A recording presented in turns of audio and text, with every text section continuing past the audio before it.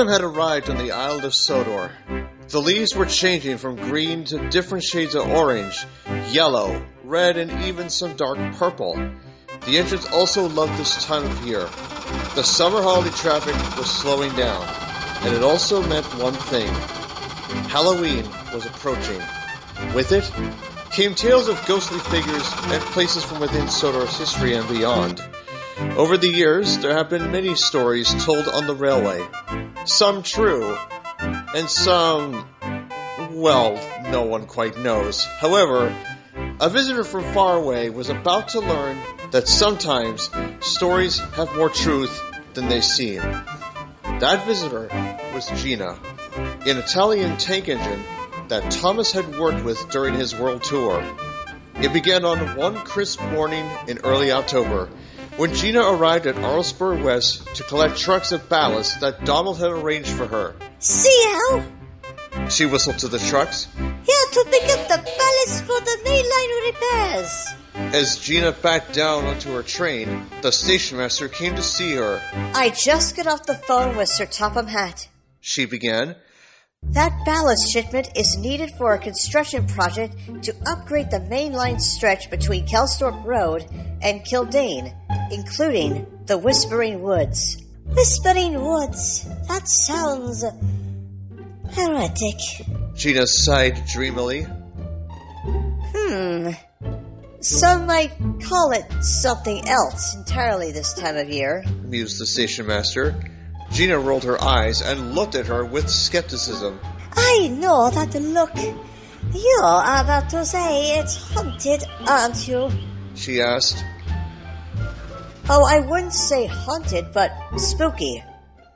Definitely, chuckled the station master. I work near ancient ruins in Italy, filled with more history and myths that you can count. Superstitions are for tourists, Gina replied. Well, either way, just be careful with those ballast deliveries.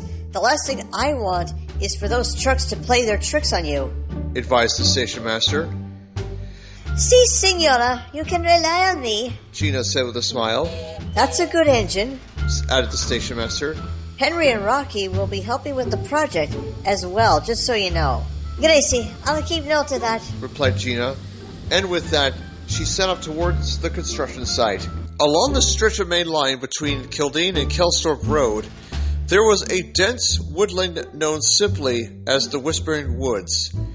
It was a quiet, peaceful area for the engines to pass through. For many, it helped reduce any stress they'd endured throughout the day.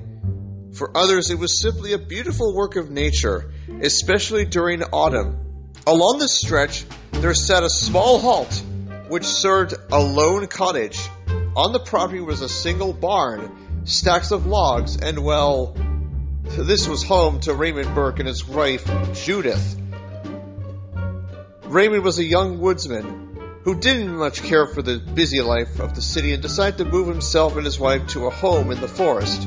The engines were a common sight for them, however, and would often whistle a greeting to them whenever they'd pass by or deliver essential items to their home. In return, he would often be found helping the railway by supplying wood for construction or even providing food for hungry workmen. But not all was well in the woods. As the station master had said, the stretch of main line the halt was built into was undergoing repairs. A recent inspection had found it in dire need of new rails, sleepers, and even ballast. As she puffed towards the woods, Gina admired the colors around her. Bellissimo! Even Sodor has its charm in the right reason, she said to herself.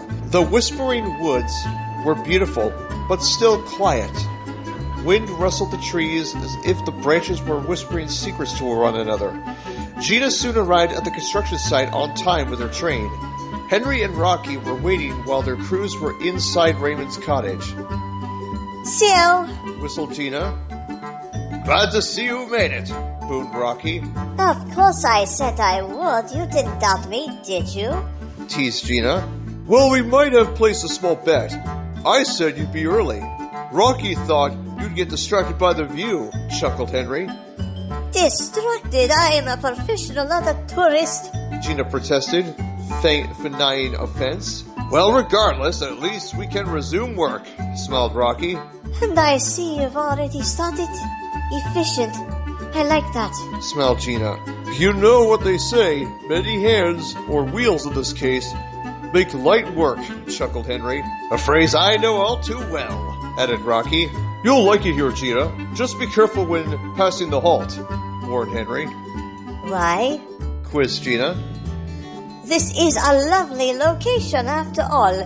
What would even be in there? That's worth being cautious about anyway. Before Henry could answer, the wind began to rustle the leaves again. What was that? Asked Gina. Oh, sounds like she could be appearing again tonight, Henry said in a low voice. What on earth are you talking about? Wheezed Gina. The Lady of the Whispering Woods, answered Henry. You mean to tell me you've never heard of the legend? Asked Rocky. Oh, per favor. Scoffed Gina. I've heard many legends of supposedly haunted places and people back home, but it usually turns out to be just a figment of one's imagination. It's no joke, protested Henry. Late at night, some say they've seen a woman in black wandering near the tracks, accompanied by the hooting of an old owl, crying, searching for something or someone. There's always a logical explanation. Fire, miso. Fog, light, shadows. Ghosts don't exist, retorted Gina. Maybe, but not everything can be explained. Not around here, replied Henry. At that moment, Henry's crew, Raymond and the workmen, came out of the cottage to start work. All right, everyone, daylight's burning. Let's get these rails replaced, exclaimed Raymond. Without another word, the trio went to work, puffing back and forth with loads of supplies for the project. Any approaching trains from either direction had to proceed with caution through the construction zone. The hours ticked by until finally the sun was beginning to set and the workmen packed up their tools, ready to call it a night and resume work the following morning. After Henry took them and Rocky back to Vickerstown, Raymond approached Gina with one final order for the day. I'd like you to pick up some sleepers and coal from Kronk, then bring them back here, please. I need the coal for the stove, he said calmly. But be careful. I heard on the radio that a mist is rolling in tonight. Si, senor. Smiled Gina. I'll have those here before you know it. She then whistled and set off into the night. Her journey to Kronk was uneventful, but after she'd collected the trucks and started making her way back, that's when it happened. Mist thickened as Gina pumped back through the woods. Her lamp shone like a lonely star, and the trees turned into towering shadows, and the track ahead glimmered faintly in the light from her lamp. Keep calm, Gina, she told herself. There's nothing out of the ordinary here. You just mist, trees, and the moonlight.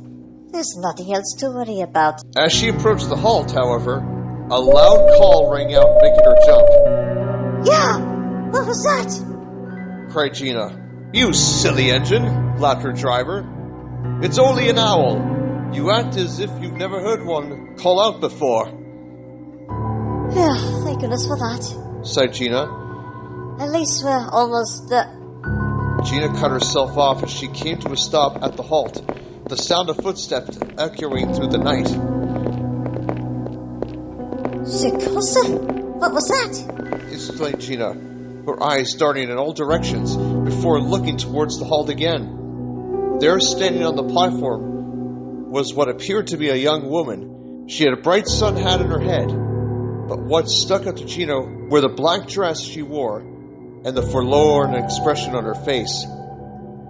No, this can't be real.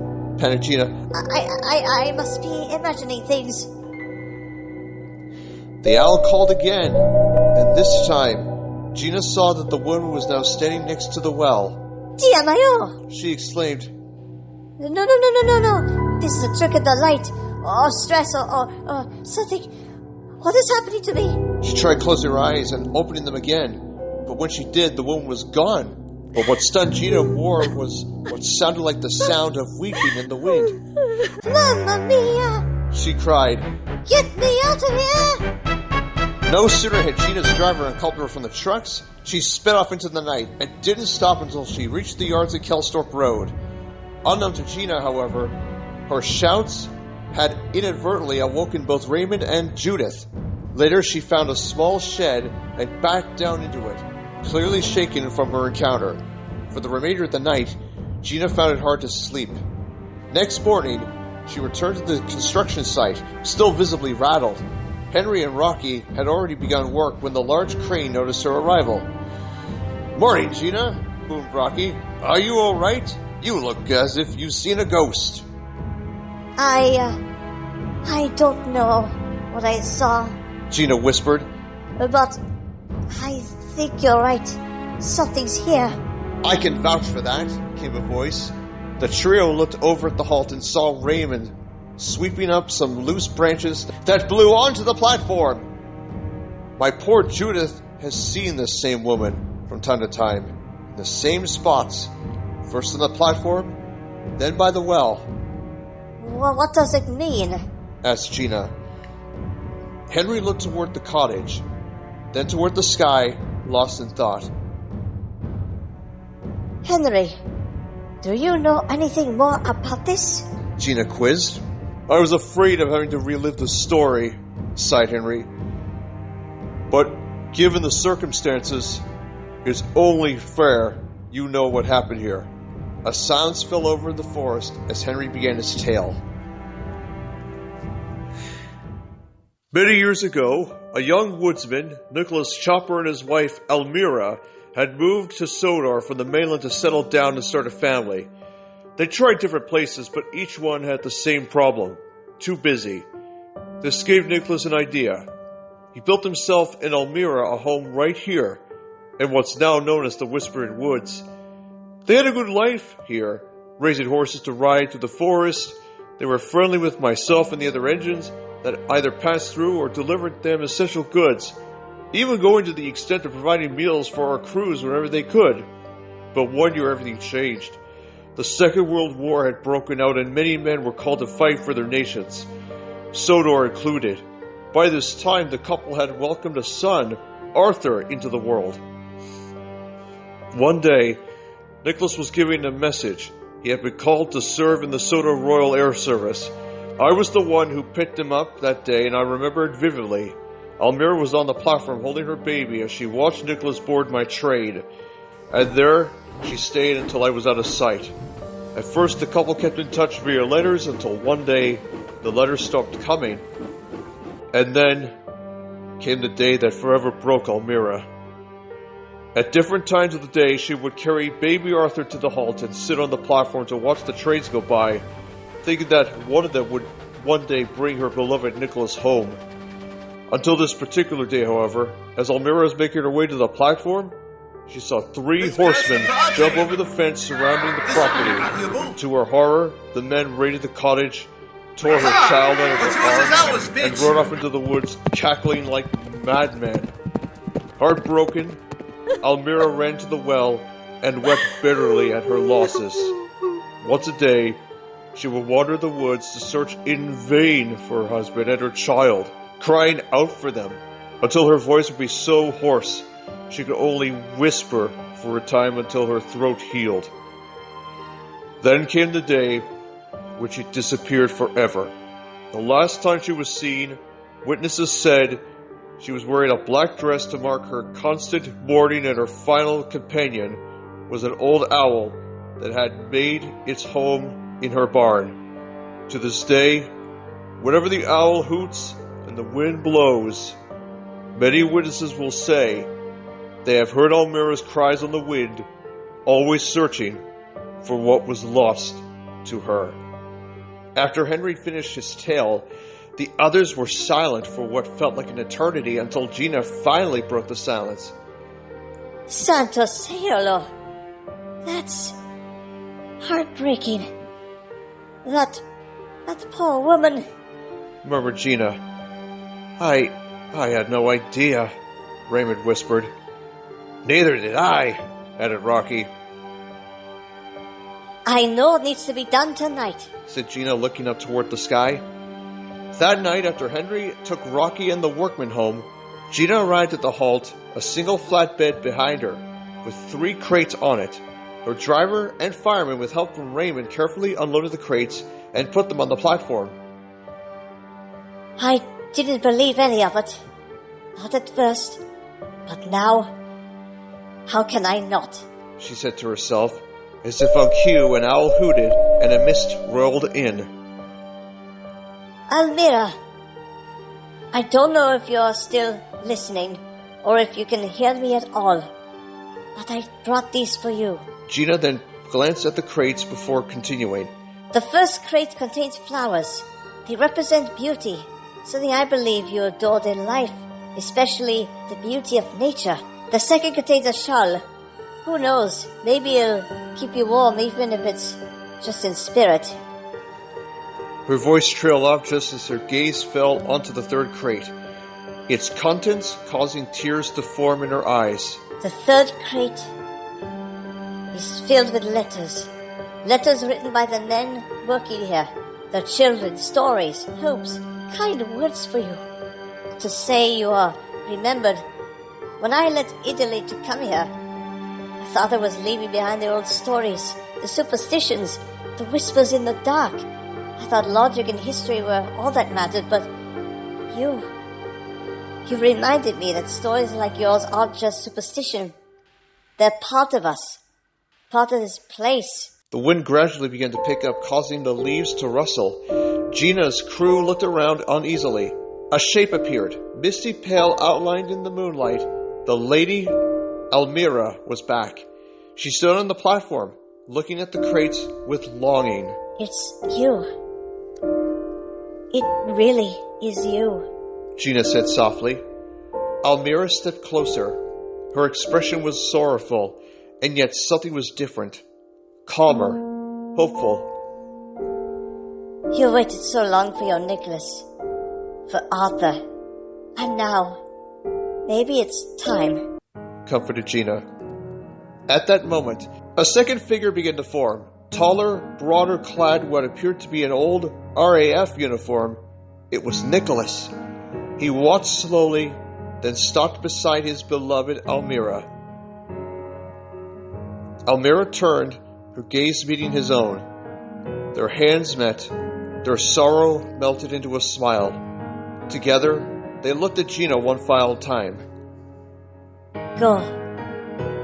Be with him. Your vigil is over, she said with a smile. The spirit slowly faded into the mist. Hand in hand, the wind calmed, a sense of peace settled over the halt. The owl took flight, disappearing into the trees. Next morning, Henry and Rocky returned to the halt, ready to resume work, when they found Gina looking at the trees, feeling at ease. Well, I don't know what happened out here last night, but the woods feel different. Calmer, like the trees are finally breathing easy, observed Rocky. They are, mio amico, grinned Gina. Almira has finally found peace at last. Nicholas came back for her in his own way, didn't he? Asked Henry. See, they did, sighed Gina. So it's true then, all of it, quizzed Judith. Yes, every word, and now her spirit can rest, replied Henry. I always thought ghost stories were just silly railway talk, but that was something else. That was heartbreak. Real heartbreak, wheezed Gina. She deserved peace after all that pain. She earned it, smiled Raymond. She wasn't a ghost trying to scare us. She was just waiting to be seen, to be remembered, added Gina. Everyone fell silent for a few minutes. A gentle breeze rustling the leaves, and some nearby wildflowers. I'll never forget her, smiled Gina. Neither will we, added Rocky. She's part of these woods now, not in fear, but in peace. Here is a story worth telling, not to frighten, but to heal, especially after your kind gesture, replied Henry. After all, It appears that maybe there is more to life, and to the afterlife, than we engines ever understood, said Gina thoughtfully. Grazie, Almira. Rest now. You're home at last. After another moment of silence, Gina and the others went back to work, now filled with a sense of peace and remembrance for Almira, the Lady of the Whispering Woods.